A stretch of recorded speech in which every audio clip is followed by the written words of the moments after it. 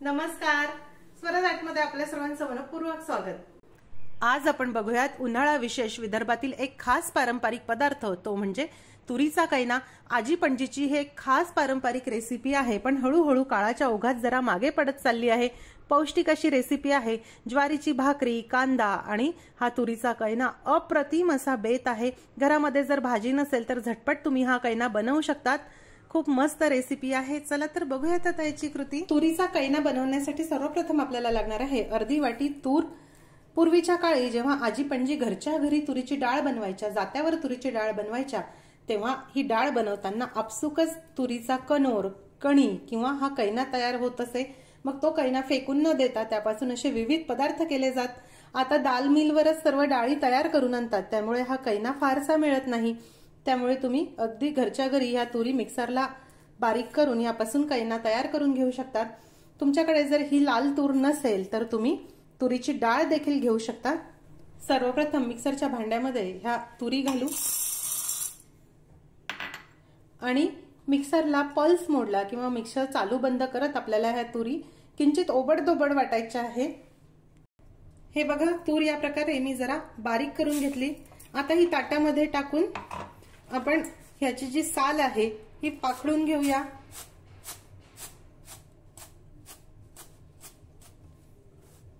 या प्रकारे जो सालीचा भाग आहे तो पाखडून घ्या।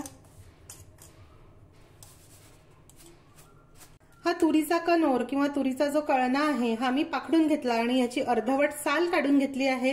ही साल यामध्ये थोडी असू द्यात, कारण ह्याची चव खूप छान येते। पण तुम्ही जर यामध्ये पूर्ण साल ठेवली तर ह्या कळण्याचा रंग काळपट येतो, म्हणून अर्धवट थोडी झटकून घ्या। आणि हा कळना खूप जाडसर देखील ठेवू नका। जर मोठा मोठा जाड हा कळना असेल तर तो नीट शिजणार नाही, शिजायला वेळ लागेल। इथे फोडणीसाठी साधारण 2.5 टेबलस्पून तेल मी गरम करायला ठेवलं आहे आणि बाजूच्या गॅसवर 3 वाट्या पाणी गरम करायला ठेवलं। आपण अर्धी वाटी तुरीसाठी इथे 3 वाट्या पाणी गरम करत आहे। आवश्यकतेनुसार या कळण्यामध्ये आपल्याला घालायचं आहे। तेल गरम झालं की त्यामध्ये थोडी मोहरी घालूया।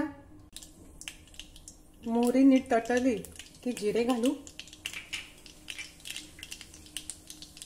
एक मोठ्या आकाराचा कांदा घालूया।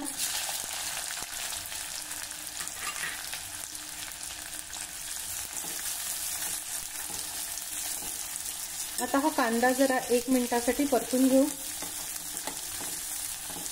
पूर्वीच्या काळी आपल्या आजी पणजी अन्नाचा एकही कण वाया न जाऊ देता त्यापासून असे विविध पदार्थ बनवायच्या।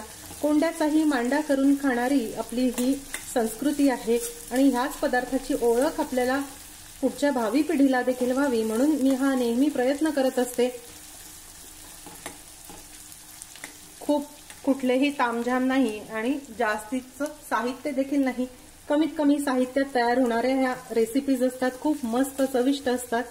हा कांदा 1 मिनिटासाठी परतून घेतला। आता यामध्ये अर्धा टीस्पून लसूण घालूया।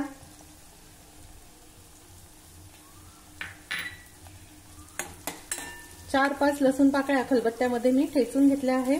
विदर्भामध्ये तुरीचं उत्पन्न हे भरपूर प्रमाणामध्ये होते, त्यामुळे आहारामध्ये तुरीच्या डाळीचा किंवा तुरीचा समावेश अधिक आहे।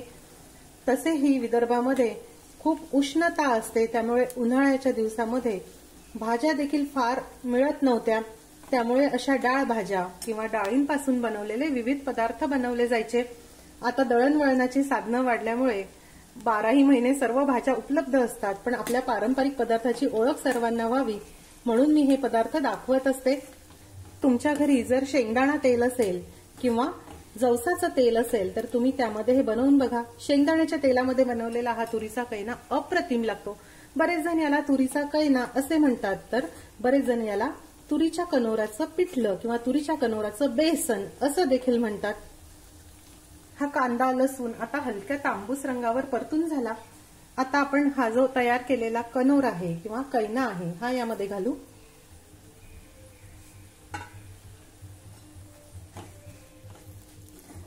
आणि मंद आचेवर आता तेलामध्ये हा छान भाजून घ्यायचा आहे।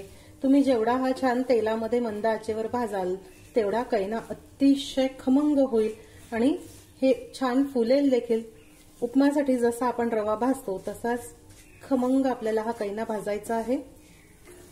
खानदेशी कळना हा उडीद आणि ज्वारीपासून बनलेला असतो आणि विदर्भातला कैना हा तुरीपासून बनलेला असतो। थोडक्यात काय तर मुख्य डाळी बनवताना जे असे साइडला पीठ उरलेले असते त्याला कैना असे म्हणतात। खानदेशी कळण्यापासून भाकरी बनवतात तर ह्या तुरीच्या कळण्यापासून या प्रकारे बेसन बनवतात आणि कढी गोळे बनवता येतात, छान असे मुटके बनवता येतात किंवा कनोराचे भटगोळे बनवता येतात। विविध प्रकार ह्या कनोराचे बनतात, खूप मस्त लागतात। हा कनोर मी आता छान भाजून घेतला। आता यामध्ये हळद घालूया, चवीनुसार लाल तिखट घालू।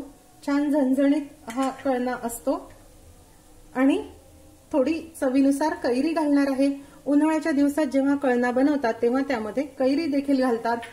जर तुमच्याकडे कैरी नसेल तर कैरीच्या ऐवजी तुम्ही टोमॅटो किंवा थोडा चिंचेचा तुकडा देखील घालू शकता। ह्या मध्ये थोडं आंबट असणं गरजेचं आहे। कैरी जर घातली तर ह्याची चव अप्रतिम येते।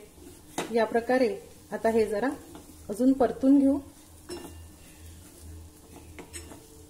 ह्या कनोराचे भटगोळे देखील अप्रतिम होतात आणि कढी गोळे देखील खूप मस्त होतात। हे बघा, हे जरा परतून झालं। आता यामध्ये आपण गरम पाणी घालूया। हे बघा, सर्व पाणी मी यामध्ये घातलं आहे। हा जो कनोर आहे हा शिजायला पाणी जरा जास्त लागतं आणि हा मऊ शिजणं देखील गरजेचं आहे। आता यामध्ये मीठ घालूया,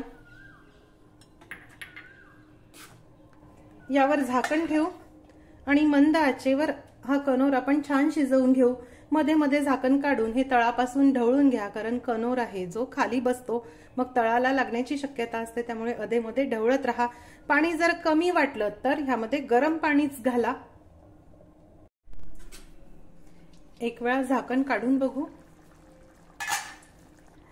हे बघा, हळूहळू आता हा कैना घट्ट व्हायला लागला आहे, पण अजूनही नीट शिजला नाही, त्यामुळे अजून जरा वेळासाठी शिजणं गरजेचं आहे। आता 10 मिनिट झाले आहे, हा कैना शिजत आहे। छान अगदी रटरट हा कैना शिजायला हवा। शिजताना पाणी कमी वाटलं तर यामध्ये अजून गरम पाणी घालता येईल, सध्या गरज वाटत नाही, त्यामुळे असंच झाकून ठेवते आहे। हे बघा, कैना अगदी मस्त शिजला आहे। ह्याच पद्धतीचा आपल्याला हा हवा। बघा याचं टेक्स्चर किती छान शिजला। आता आपण गॅस बंद करूया।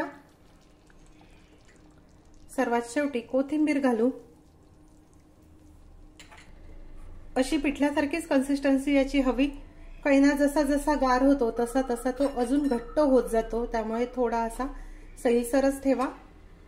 अतिशय चविष्ट झणझणीत असा तुरीचा कैना किंवा कनोराचं बेसन तयार आहे। यावर कच्च्या शेंगदाण्याचं किंवा कच्च्या जवसाचं तेल घालून तुम्ही ज्वारीच्या भाकरी बरोबर किंवा पोळी बरोबर खाऊन बघा, अप्रतिम लागतो। आपल्या पारंपरिक रेसिपीजला उजाळा देण्याचा हा छोटासा प्रयत्न आहे। हा कैना तुम्ही नक्की करून बघा।